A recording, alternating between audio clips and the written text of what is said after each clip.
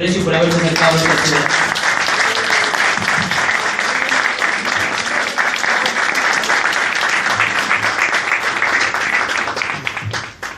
Bueno, Florencio, ¿en qué situación encontrás Arrecifes en esta visita? Bueno, con mucho cariño, acá por Patricio, Verónica y todos los compañeros que nos acompañan, Daniel, Pingüino, realmente contentos, con ustedes, con todos, ¿no? Muy contentos de Eugenio, muy contentos de poder estar visitando esta ciudad. Yo tengo un aprecio muy personal, digamos, con ciudades de este tipo, me siento muy identificado, digamos, en una ciudad similar a esta, Chivilcoy, acá cerca.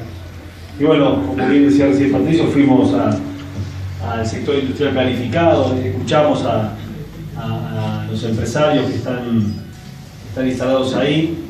La problemática en términos generales es similar a lo que ocurre en todos lados, lo mismo nos pasaba recién en esta empresa que fabrica jeans, ahí Jeans Star, ¿no?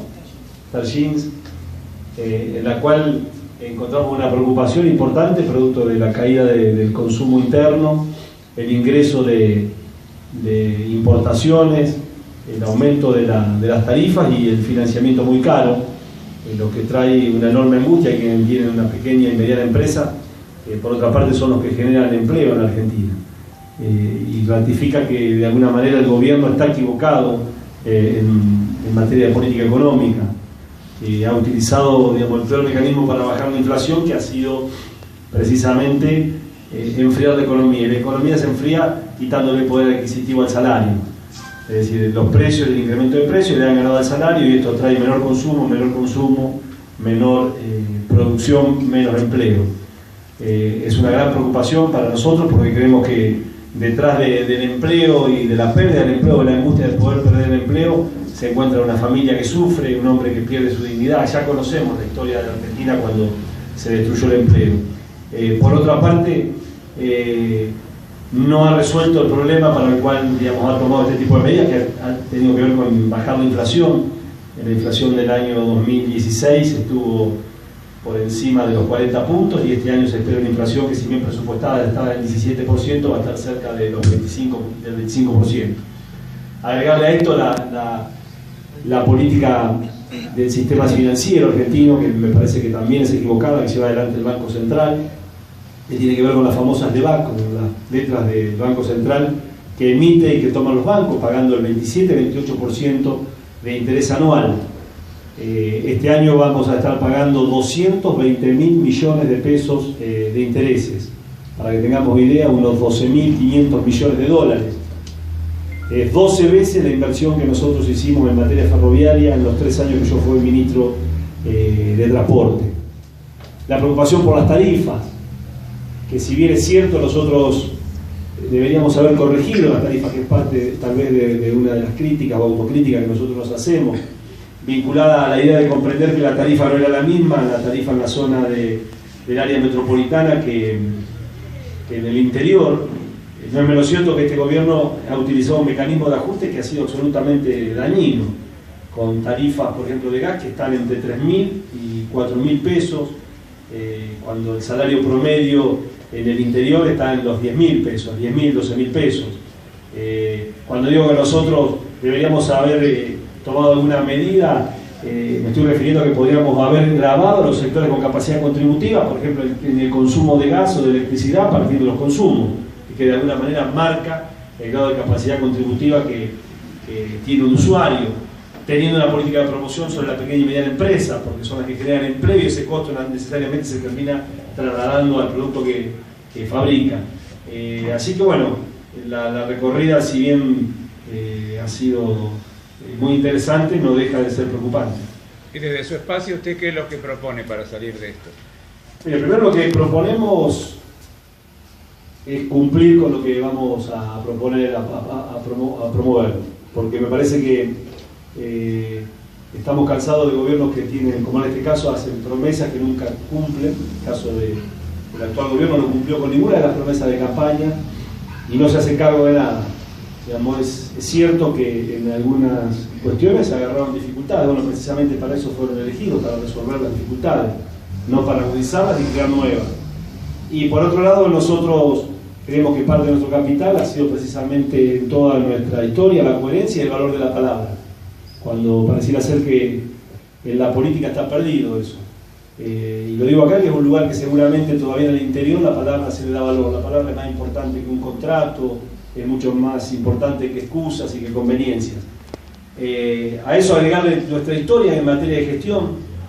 Yo soy un hombre que creo y estoy convencido que no hay mejor política que la buena gestión, y la buena gestión es la que transforma la calidad de vida de la gente. Y nosotros lo hemos hecho en todas las áreas que hemos tocado. Desde el documento, el pasaporte, la tarjeta SUBE, la agencia vial, los trenes, la política de transporte en materia automotor.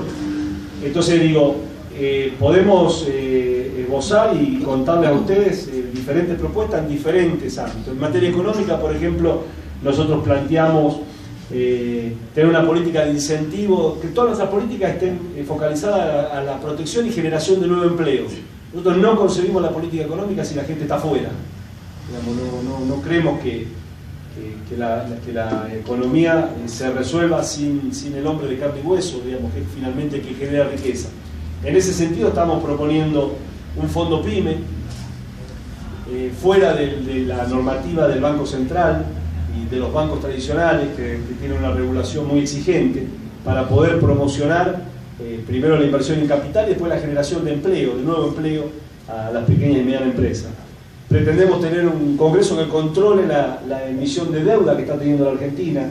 Argentina este año ha tenido un endeudamiento que supera los 100.000 millones de dólares. Eso es absolutamente preocupante. Estamos llegando ya a un 60% de nuestro Producto Bruto Interno. El Producto Bruto Interno de la Argentina son aproximadamente 500.000 millones de dólares y tenemos un endeudamiento ya de 300.000 millones. A una deuda demasiado cara y en el caso de algún tipo de deuda a muy largo plazo. Si se quiere, emitieron hace muy poco una deuda a 100 años por 2.750 millones de dólares, pagando un 8% anual en dólares, lo que implica unos 200 millones de dólares anuales por 100 años. 100 años, 200 millones de dólares anuales es el equivalente a la totalidad de recursos que se utilizan para pagar las pensiones de discapacitados, para entender lo que estamos hablando.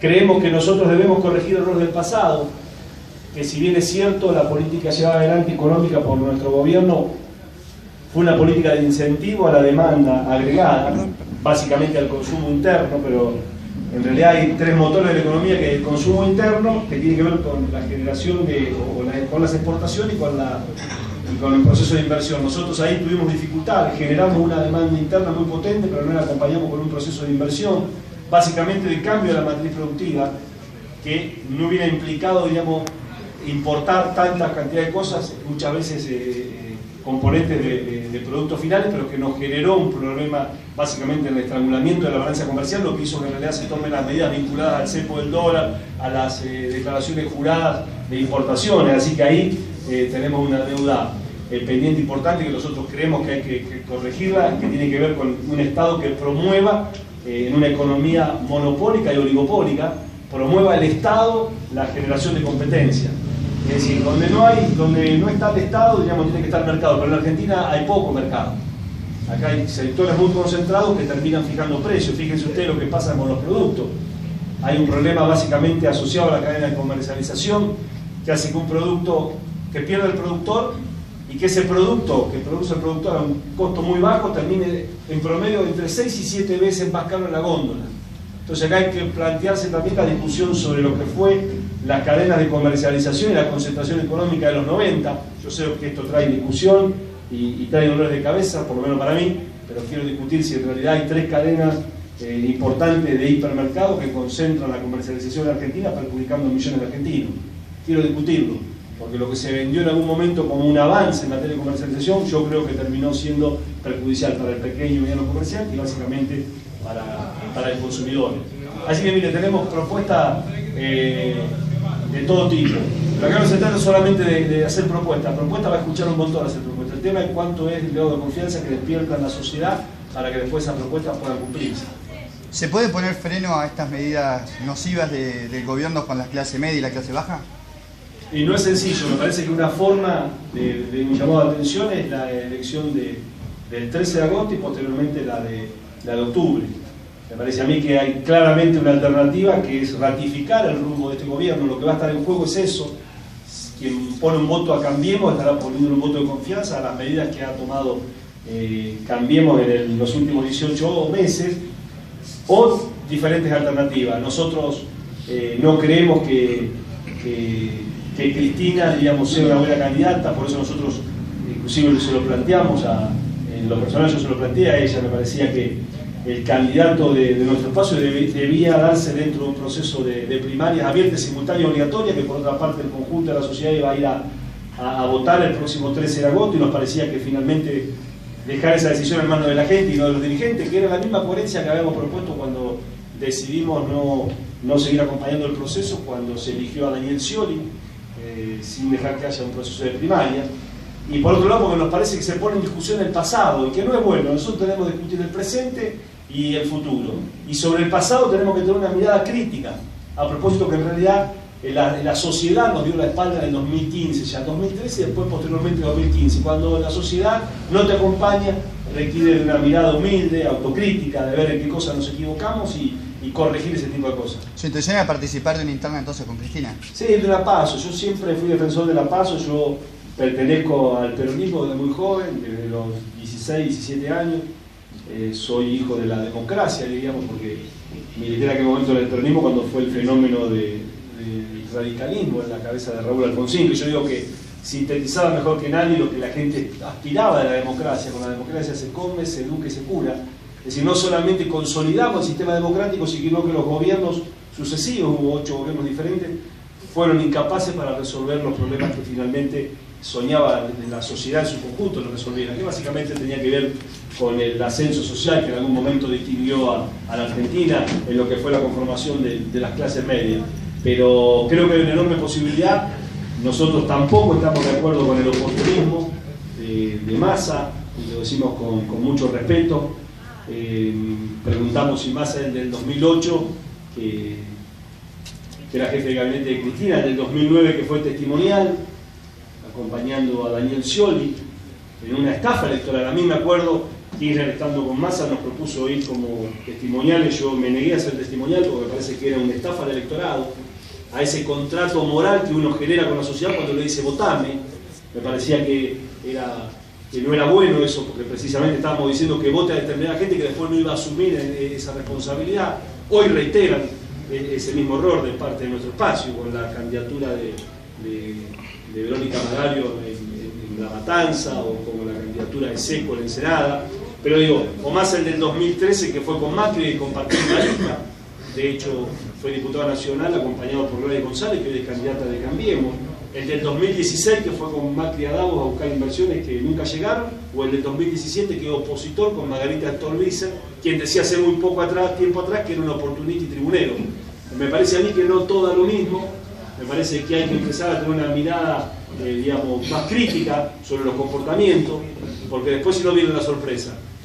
Nosotros no somos perfectos, nos hemos equivocado, pero siempre desde la coherencia, nuestras convicciones. A mí no me mueve ninguna carrera por cargos. Si no hubiera sido gobernador, hubiera acompañado en esta oportunidad a Cristina como primer diputado nacional o como senador. Sin embargo, decidimos que no, porque creíamos que el camino que deberíamos transitar era otro, un camino vinculado hacia el futuro, entendiendo que hicimos muchas cosas bien, pero que cometimos errores, y que, vuelvo a repetirlo, eso requería y requiere un gesto de generosidad y de grandeza para corregir esos errores. Se vuelve a plantear un escenario de polarización. ¿Eso favorece al gobierno y excluye por ahí a los partidos nuevos? No, yo no creo en eso. Nosotros no somos un partido nuevo, somos del peronismo, ¿no? Pero no, yo no creo en eso. Yo no creo en las encuestas, sinceramente.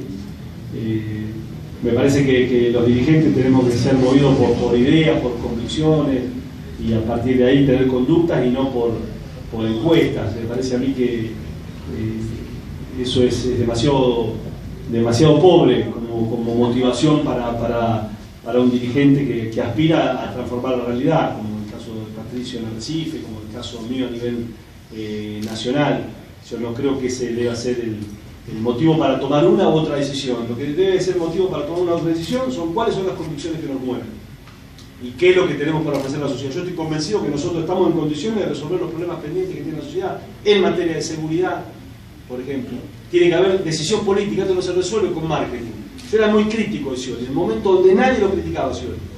¿Por qué? Porque se priorizaba el marketing por encima de las acciones políticas que cambian la realidad. Hay que animarse a transformar la realidad. Y la Argentina necesita no hacer las mismas cosas porque va a obtener los mismos resultados. Nosotros en ese sentido estamos comprometidos y estamos convencidos que lo podemos hacer. Y de alguna forma es lo que nos ha movido a dar esta batalla. Bueno, hoy lo mencionó a Patricio. ¿Qué nos podría decir del candidato local de Cumplir? Me parece muy bueno. Primero porque me parece que tiene los valores que nosotros rescatamos de los hombres que se comprometen con lo público, que es muy complejo. En una Argentina donde la política parece devaluada, donde esto de tirar las gorras a los perros, como se dice comúnmente, en una ciudad que transitó seguramente joven, después se fue a estudiar a Rosario, volvió y pudiendo dedicarse a ser un empresario exitoso y criticar desde la esquina, digamos, se mete para transformar la realidad. Y eso tiene un enorme valor, él y la gente que lo acompaña tiene un enorme valor y nosotros lo estamos acompañando porque creemos que vale la pena. Que Arrecife tenga una alternativa electoral y que bueno, y que quienes lo acompañan, Verón, y que el resto de los compañeros podamos ser acompañados por los vecinos de Arrecife. Yendo al ámbito nacional, bueno, hoy ha sido noticia declaraciones suyas que han manifestado que Julio De Vido debe dar un paso al costado en el Congreso. Sí, fue con motivo de preguntarme con respecto al tema de los fueros. Nosotros hemos sido muy claros en eso, y no del oportunismo. Acá hay un enorme oportunismo, es decir, si usted quiere, Macio Stolbiz se renuncian a los fueros después de estar 4 años en el Parlamento. Si no hubieran creído en los fueros, hubieran renunciado el primer día. Nosotros nos hemos expresado públicamente, si usted ingresa a la página web de Cumplir, va a encontrar que el primer punto es no hacer uso de los fueros. Nosotros no creemos en los fueros, cuando el sentido de los fueros tenía que ver con tener la libertad de opinar, no con ser tratado diferente en la justicia. Entonces nosotros ¿qué decimos? Sobre que la política está desprestigiada y arriba el hombre común siente que cuando alguien que ha tenido una responsabilidad pública tiene un régimen de privilegio para juzgarlo, me parece que eso no contribuye a volver a vincular de la mejor forma la política con el conjunto de la sociedad. Nos parece que debe ser juzgado como cualquier hombre común, un hombre público, pero no es para De Vido. Es para De Vido, es para Macri, es para Randazzo, es para quien sea. Entonces nosotros creemos que ese es el camino y que por otra parte yo lo que dije es que si fuera De Vido, lo que haría es pedir la licencia sin goce de sueldo para que la justicia actúe libremente, sin ningún condicionamiento y se determine si tengo responsabilidad o no tengo responsabilidad. Aparte de eso, creo que los hombres que asumimos responsabilidad pública tenemos que estar dispuestos a contestar todas las dudas y las preguntas de cara a la sociedad. ¿Qué siente al ver que varios que fueron compañeros en el ministerio o en distintos ministerios están siendo acusados de actos de corrupción? Por suerte en el ministerio no. Pero mire, en otros ministerios. Yo no creo que haya un gobierno corrupto. Hay hombres y mujeres corruptos que pueden estar en un gobierno o en otro corrupto, o en otro gobierno. Esto lo digo en general, yo soy coherente, no digo esto para quienes fueron parte integrante de nuestro gobierno y tengo otro planteo de la justicia y de los procesos de investigación frente al actual gobierno. Es para todo igual. Lo primero que hay que ser respetuoso de la justicia, porque si condenamos a través de los medios, a través de los programas, en realidad no tiene destino como país, nuestro país, ¿no? Ahora, primero siento una enorme indignación, como fue el caso, por ejemplo, de un sinvergüenza como López tirando bolsos de plata, cuando en realidad, en el caso mío, nosotros le dedicamos muchas horas de nuestro día, 14 horas por día, trabajamos nosotros durante 8 años, la parte de las caras todavía no me he tenido, me han salido cuando asumimos el tema de transporte, básicamente, pero entonces digo, por un lado esto, y está claro, y tiene que actuar la justicia tiene que absolver o condenar y tiene que actuar rápidamente. Ahora, lo importante, y creo que la pregunta que tienen que hacerle los periodistas a los dirigentes políticos, ¿qué es lo que hicieron cuando tuvieron alguna responsabilidad pública en relación a hacer que el Estado sea más transparente, para dar mayor institucionalidad? Yo le cuento, mire, cuando nosotros decidimos, por ejemplo, hacer el documento, dimos de baja un contrato con Siemens por $1.260 millones. Hicimos lo mismo que proponía Siemens con $29 millones. creamos una fábrica del Estado, y usted lo puede ver hoy, 40 millones de argentinos han sacado el nuevo documento. Y lo mucho es del Estado, que es un orgullo para el Estado. Cuando decidimos tomar la responsabilidad de confeccionar los pasaportes, terminamos con una joda que eran los policías, algunos policías, porque no voy a generalizar, coimeros, que para sacar un pasaporte había que ir a un policía. Cuando decidimos ponerle la tarjeta SUB y los GPS, terminamos con la asignación de recursos a los transportistas a través de declaraciones juradas presentadas por ellos, ahorrándole al Estado 350 millones de pesos aproximadamente mensualmente. Cuando decidimos comprar los trenes, queríamos terminar con la patria, digamos, contratista que reparaba los trenes en un costo más caro que trenes 0 kilómetros. De eso se trata. De cuál es el testimonio propio de cada uno de nosotros frente a la responsabilidad que hemos tenido. El resto, digamos, no sirve, porque no contribuye a mejorar y dar la calidad institucional al Estado, sino que contribuye a generar más angustia a la gente. Las que quieran, de los temas que quieran.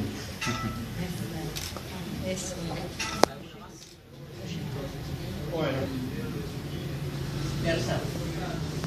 De ARSAT, creo que es digamos, primero me parece que es interesante entender el INVAC, digamos, que como ustedes saben es una empresa provincial de la provincia de Río Negro y tiene un desarrollo en materia de ciencia y tecnología que es sumamente interesante. A mí me parece que el Estado tiene que promocionar ese tipo de inversiones, así que me parece a mí que es muy bueno tanto el primer satélite como el segundo, como el tercero que está en construcción. Es un recurso humano, digamos, en un mundo donde hoy la riqueza está dada precisamente por el conocimiento, y nosotros ahí tenemos mucho conocimiento, así que hay que protegerlo, hay que ayudarlo, y ojalá podamos replicar el tema del INVAC en varias provincias de Argentina.